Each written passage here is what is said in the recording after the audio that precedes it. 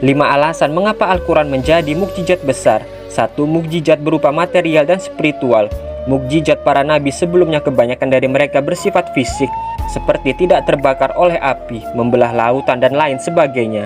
Namun Al-Quran turun dengan mengajarkan nilai moral. Rasulullah SAW mengajari kepada umatnya penuh dengan rasa ketekunan tanpa mengharap sebuah imbalan, seperti firman Allah Subhanahu wa Ta'ala yang artinya, "Dan aku tidak meminta imbalan kepadamu atas ajakan itu. Imbalanku hanyalah dari Tuhan dan seluruh alam semesta." Quran Surah Asy-Syura ayat 109. Yang kedua, kitab yang akan abadi. Kitab yang tidak akan berubah dan akan tetap abadi sepanjang masa, itulah Al-Quran. Meskipun Rasulullah SAW telah wafat, Al-Quran tetap ada dan isinya pun tidak pernah berubah.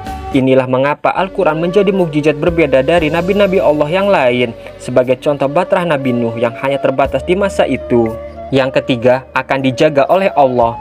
Selain Al-Quran abadi, keasliannya pun dijaga langsung oleh Allah Subhanahu wa Ta'ala, sehingga tidak akan mungkin dirubah. Allah Subhanahu wa Ta'ala berfirman, "Sesungguhnya kamilah yang menurunkan Al-Quran, dan sesungguhnya kami benar-benar memeliharanya."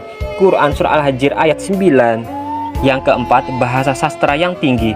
Sastra Arab dikenal sebagai yang paling bermutu dan sangat sulit di dunia.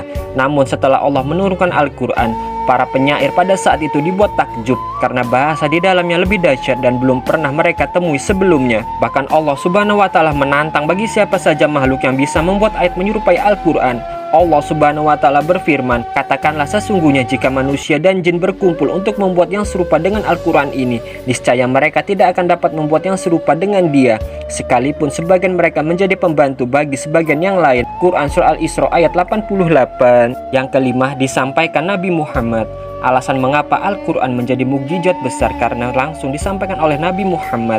Nabi sendiri orang yang tidak bisa baca maupun nulis, sehingga dapat dipastikan bahwa ayat-ayat Al-Quran adalah kalamullah.